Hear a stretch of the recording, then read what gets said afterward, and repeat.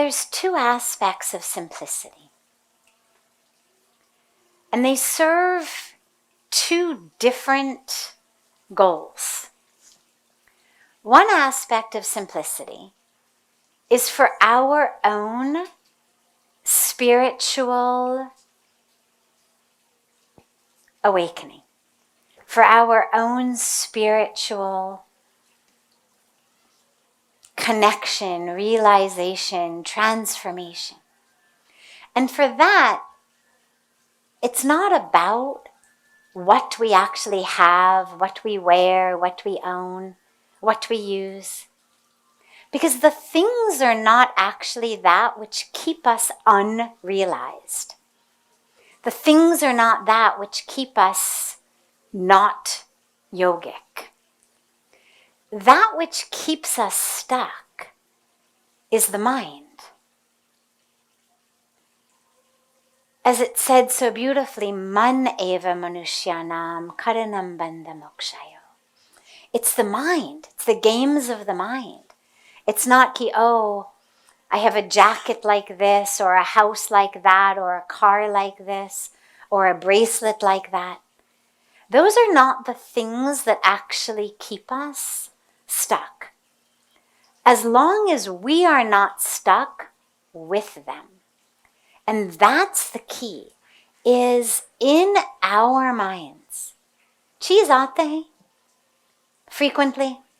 Kaskar is the person asking the question asked in their profession. No problem. When you play a role on stage, you dress up like all sorts of things. A princess, a king, a queen, a beggar, a villain. But it doesn't mean that you think that you are that person. You understand, I'm just playing a role. There's never been a time that you hear the story of some actor who's playing a villain on stage and actually goes home and kills his family because he forgot acha yek drama tha. Never happens. They know it's just a role I'm playing. Cello, I've got this big knife, I've got this gun, but they never go home and use it. They know it's just a prop. And so similarly in our lives, we play so many different roles. If your role has a certain costume or a certain prop that is associated with it, it's a suit and tie, or it's a certain type of clothes, or it's a certain type of car, or a certain type of watch, or whatever it may be, no problem. Just understand these are props in the drama of the role that I am playing. And don't allow yourself to get stuck with them. If an actor has a prop, and they show up the next day and the prop has disappeared, they're not going to lose themselves. They're going to say to the guy or the lady in charge of the prop room, Acha, give me something different instead. Not a big deal. They're not going to go home and cry. Oh, my prop is gone. Oh, I loved that. That was my favorite costume. They understand it's just a prop. The problem with us is we get stuck. We get stuck in wanting more and more, nicer and nicer. It's like the actor who would be yelling at the costume person saying, this sari is not expensive enough. Why does the other actor get a nicer sari, nicer bracelet? Well, so they're playing a different role. Their role has the bracelet of this kind, the sari of that kind. Your role has a different one. So don't worry if the profession requires a certain costume or prop. It's fine. But just don't be attached to it. And most importantly, always remember, whether it's for your job, whether it's for your family, It happens also in the family sometimes, that there's certain props and costumes that come along with it, whether it's a house, a car, a certain lifestyle. No problem. But just don't allow your mind to get stuck with it. Don't allow yourself to lose yourself based on what's happening with your props. Whether it's a stock market, whether it's a car, whether it's a house, whether it's clothes, whether it's a profession, whatever it may be. Just recognize they're just roles. However, that's for our spiritual awakening part, the yoga of our own awakening. But there's actually another piece of all of this, which is our responsibility as part of a global family. And in that global family, we have sisters and brothers who are dying of hunger. We have sisters and brothers dying without access to clean water. We have a biodiversity that is being destroyed. We have air that's being polluted, water, soil that's being polluted. A future that is quite literally being stolen from our children and grandchildren. And a huge part of all of that is this man mange more. This insatiable sense of, I need more. And especially I need it cheaper, right? When we go shopping, the aim is, I should be able to buy the most, spending the least amount of money. If you say, आज बहुत बढ़िया shopping दिवस था, इसका मतलब है कि मैंने खूब सारे सामान खरीद लिया और कम से कम पैसा खर्च किया. Right? If you buy very few things, but you spent a lot of money, you would not say it was a very good day. You'd say, oh, ज़्यादा पैसा खर्च किया. So our addiction to more, cheaper, is actually what is destroying our environment. Everything we buy is produced somewhere in a factory.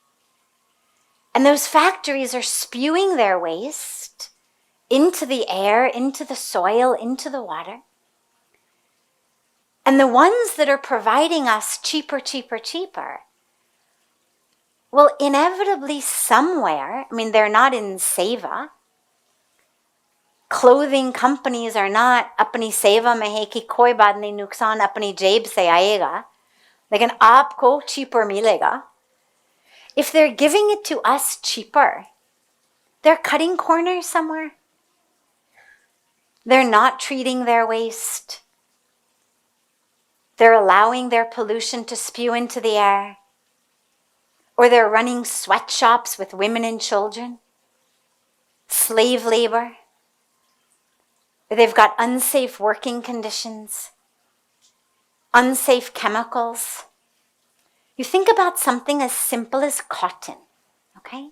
Now cotton is what so much of what we have is made of. When we go to a store and we want more clothes, cheaper,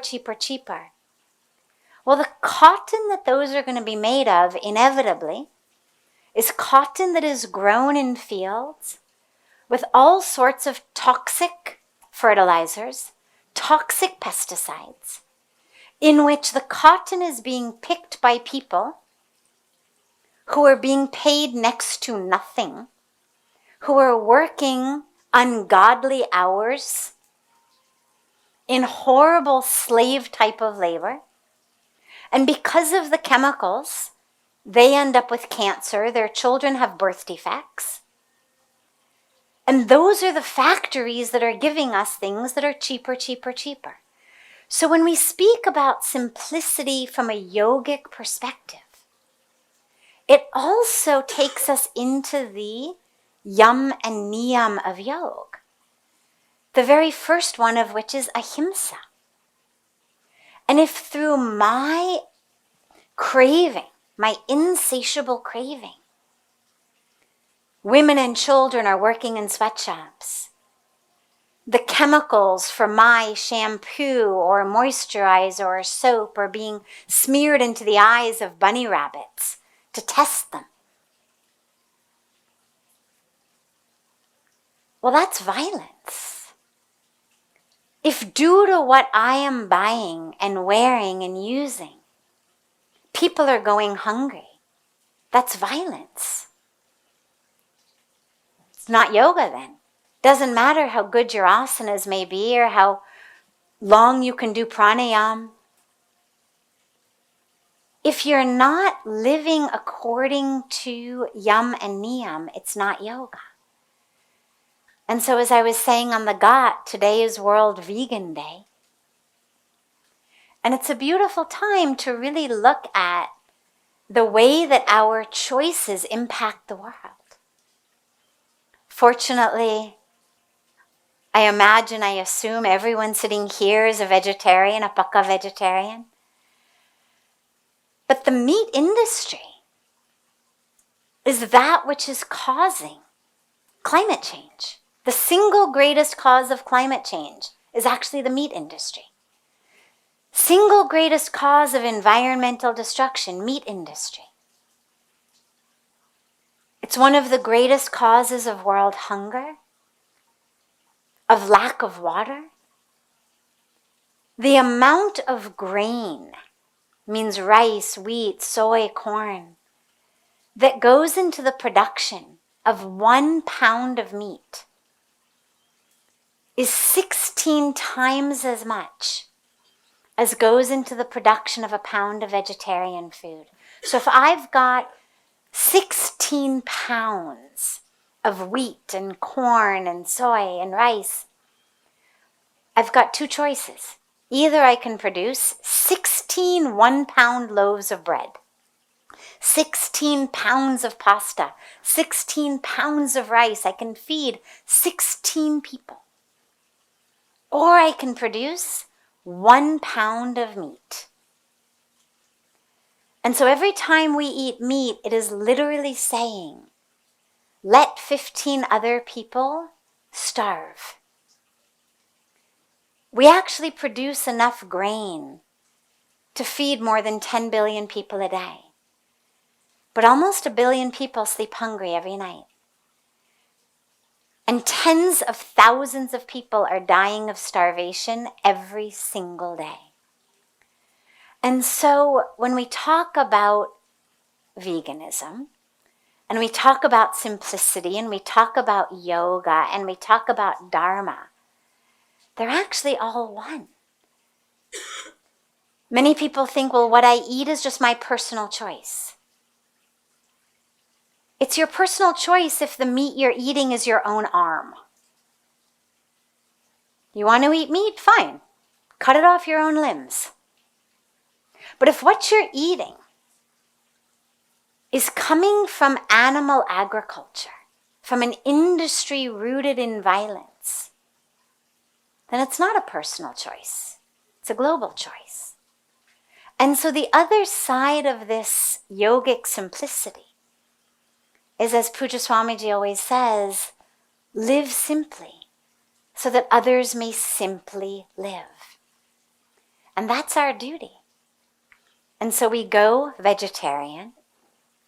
We buy organic so that the people who are working in the fields are not suffering diseases from the chemicals, so that the chemicals are not entering our soil and our groundwater and our rivers. We buy fair trade so that the women and the children are not working in sweatshops.